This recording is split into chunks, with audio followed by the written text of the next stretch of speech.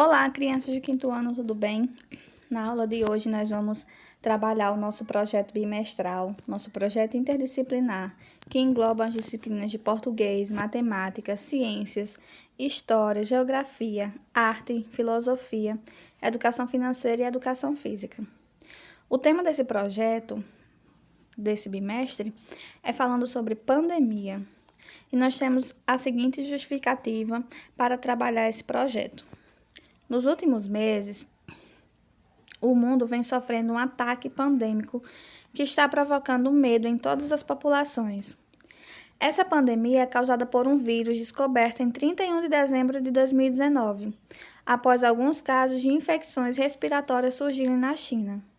A partir desse momento, o vírus vem se espalhando pelo mundo, com diversos casos em diversos países, incluindo o Brasil. Nós sabemos que essa doença é transmitida pelo ar, por meio da tosse ou espirro, e pelo contato próximo com pessoas ou objetos infectados, e que vem causando a morte de muita gente. Ainda não existe uma vacina para essa doença. Cientistas de muitos países estão trabalhando em uma vacina para evitar que as pessoas a adquiram, porém demora muitos meses para desenvolver um novo medicamento. Somente depois de testado e comprovado que ele funcionará, passará a ser produzido para todos os que precisam. Nesse projeto, nós temos vários objetivos. O primeiro é compreender o que é o Covid-19, onde surgiu e como espalhou-se pelo mundo. Conhecer as formas de contágio e os sintomas provocados por esse vírus. Entender o que acontece com as pessoas que estão infectadas, os sintomáticos e os assintomáticos. Reconhecer a importância da quarentena, identificar os métodos de prevenção dessa doença, estudar outras pandemias que também afetaram o mundo em décadas passadas e refletir sobre os pontos positivos e negativos do isolamento social e analisar os dados sobre essa doença, com gráficos e tabelas. Na metodologia, nós iremos apresentar, através de leituras e textos, algumas pandemias que fizeram parte da história e que, assim como a Covid-19, impactaram o mundo. Vamos começar. Leia o texto abaixo para responder as questões. Você sabe o que é vírus? A palavra vírus vem do latim e significa toxina ou veneno. Esse significado se deve ao fato de que os vírus são micro-organismos que podem causar doenças. A pandemia mais recente no mundo é a de Covid-19, a qual foi declarada pela Organização Mundial da Saúde, a OMS, em 11 de março de 2020. Essa doença é causada por um novo tipo de coronavírus, o SARS-CoV-2, o qual desencadeia sintomas respiratórios. Essa nomenclatura quer dizer que a doença tem a disseminação global. No dia em que a Covid-19 foi anunciada como pandemia, havia registro de que o vírus circulava em 114 países, tendo infectado 115 mil pessoas e matado 4 mil. Até início de março, não havia constatação de mortes causadas pelo vírus no Brasil. O isolamento e o distanciamento das pessoas em suas casas têm sua importância. Vamos chamar de positivo. De um lado, evita o aumento da circulação, hospitalização e morte de pessoas. Do outro, essas informações apresentam e representam seus paradoxos. Vamos denominar de negativo. Tem impacto a economia e a saúde das pessoas, mas com as pesquisas e os estudos, ao longo dos tempos, as informações poderão apresentar os ou outros resultados. Além de afetar o lado financeiro, também afetaram o lado psicológico. Os sintomas delas são febre, tosse e dificuldade respiratória. As pessoas que estão no grupo de risco são pessoas acima de 60 anos que não tenham nenhum problema de saúde associado, pessoas de qualquer idade que tenham comorbidades, que são a associação de 2 ou mais doenças simultâneas, como cardiopatia, diabetes, doenças neurológicas ou renais, imunodepressão, obesidade, hipertensão, asma e puérperas, entre outras. Além da pandemia da Covid-19, outra pandemia recente foi a gripe H1N1, Essa pandemia ocorreu em 2009 e levou várias pessoas à morte em virtude do avanço relativamente rápido do vírus da gripe H1N1. De acordo com a OMS, em 8 semanas, o vírus da gripe H1N1 alcançou cerca de 120 territórios. No Brasil, a pandemia que se finalizou em 2010 levou 2.000 pessoas à morte. Vale destacar que atualmente existe uma vacina para a gripe contra a gripe H1N1, liberada gratuitamente para alguns grupos, como idosos, pessoas com doenças crônicas, pessoas com deficiências, professores, crianças acima de 6 meses a 6 anos, gestantes, puérperas têm acesso à vacina. Ainda não existe tratamento específico para a Covid-19 e os infectados recebem apenas medicamentos contra os sintomas, devendo permanecer em casa. Somente em casos em que a doença avança é necessária a internação. Questão 1. Já conhecemos um pouco sobre o coronavírus, seu contágio e suas formas de prevenção. Agora, procure no caça-palavra os sintomas causados por esse vírus. Questão 2. A partir da leitura do texto e das informações adquiridas sobre o coronavírus, monte um infográfico apresentando os principais pontos sobre a doença. Vocês vão encontrar dicas de como responder essa questão no livro, páginas 7 a 9. Questão 3. Veja a tabela abaixo e responda as questões a seguir. Na tabela abaixo, temos os dados de infectados e mortos em alguns países. Importante frisar que esses dados são do dia 8 de maio de 2020. E nós encontramos essa informação nesse link que está disponível aqui. Vamos ler essa tabela. Nós temos 3 colunas, na primeira coluna mostrando o nome dos países, na segunda mostrando o número de contaminados e na terceira coluna mostrando o número de mortes. Nos Estados Unidos, nós tivemos, nesse dia, 1.254.726 pessoas contaminadas e 75.559 mortes. No Reino Unido, nós tivemos 206.715 pessoas contaminadas, 30.615 mortes. Na Itália, tivemos 215.858 contaminados, 29.958 mortos. Na Espanha, tivemos 221.447 pessoas contaminadas, 26.070 mortes. Na França, tivemos 137.779 pessoas contaminadas e 25.987 mortes. No Brasil, tivemos 135.773 pessoas contaminadas e 9.190 mortes. Na Bélgica, tivemos 51.420 pessoas contaminadas e 8.415 pessoas mortas.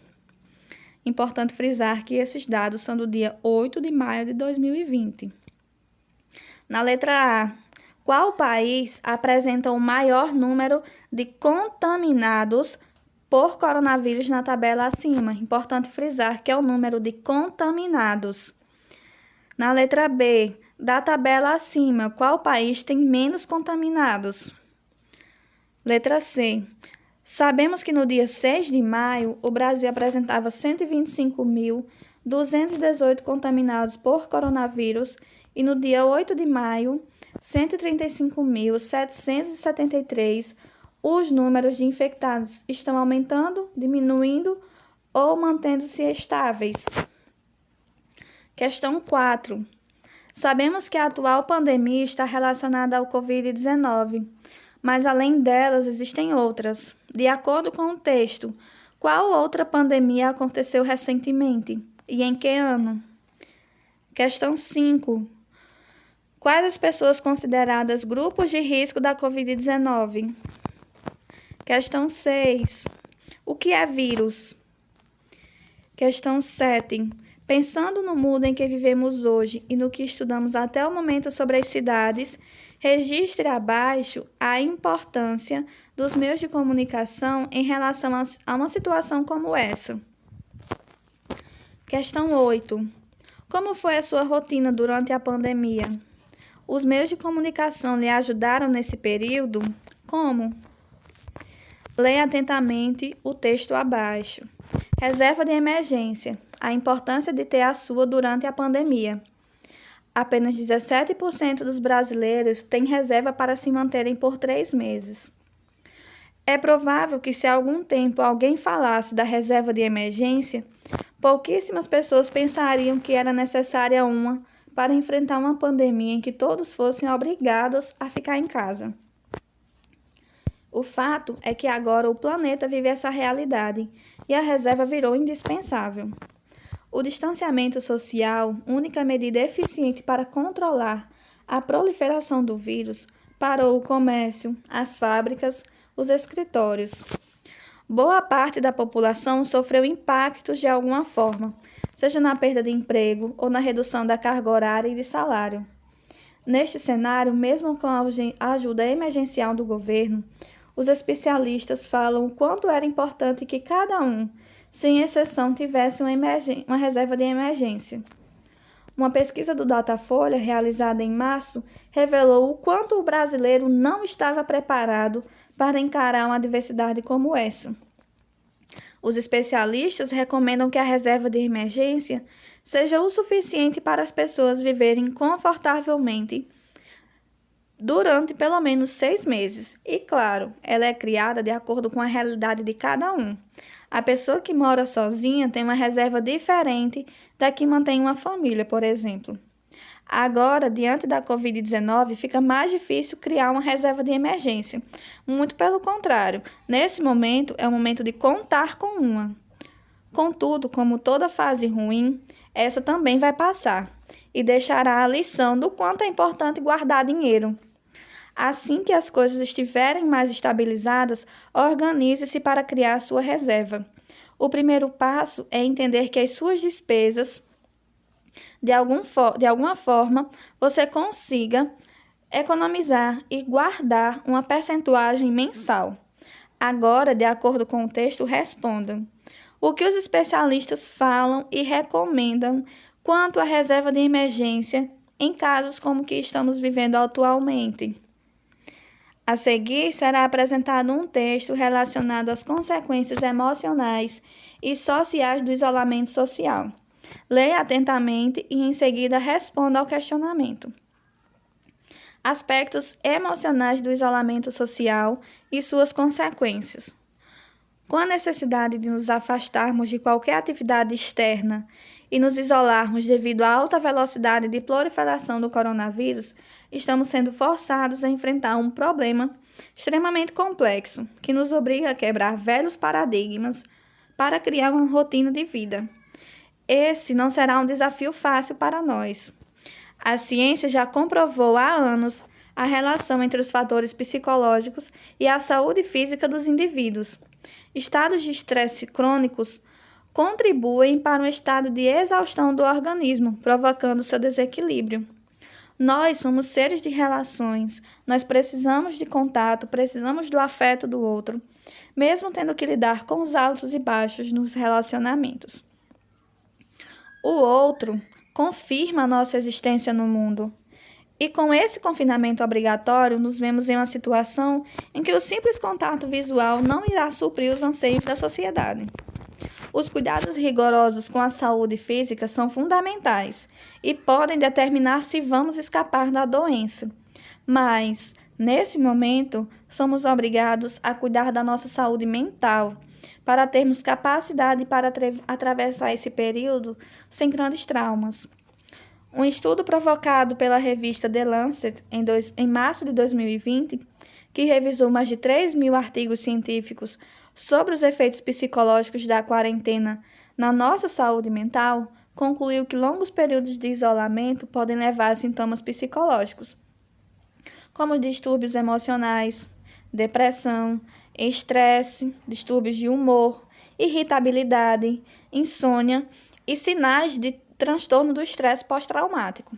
As causas desses distúrbios seriam as seguintes: preocupação em relação à duração da quarentena, medo de ser infectado e o de ser capaz de infectar alguém, tédio, frustração e privação de bens como alimentação, saúde, estresse relacionado à absorção de informações, como falta de clareza, especialmente relacionado aos diferentes níveis de risco que o indivíduo corre, perdas econômicas, distúrbios alimentares, excessos provocados pela ansiedade e pela possível dificuldade de realizar atividade física. Nós já sabemos que teremos que lidar com esses enormes problemas psicológicos pós-quarentena, mas também podemos aproveitar esse tempo de mudanças radicais no estilo de vida diário para repensar nossos relacionamentos, a forma como nós estávamos vivendo, que escolha fizemos e o que pretendemos fazer quando tudo isso terminar. Que nós possamos sair dessa batalha como melhores seres humanos. Esse texto é da autora Marilda Vendrame. Na questão 8, dizemos o seguinte: quais as causas que levam a sintomas psicológicos durante o período de isolamento social? Então, pessoal, esse é o nosso projeto, certo? Realizem a atividade com atenção, tá bom? Qualquer dúvida, não deixem de nos procurar. Um beijo e até mais.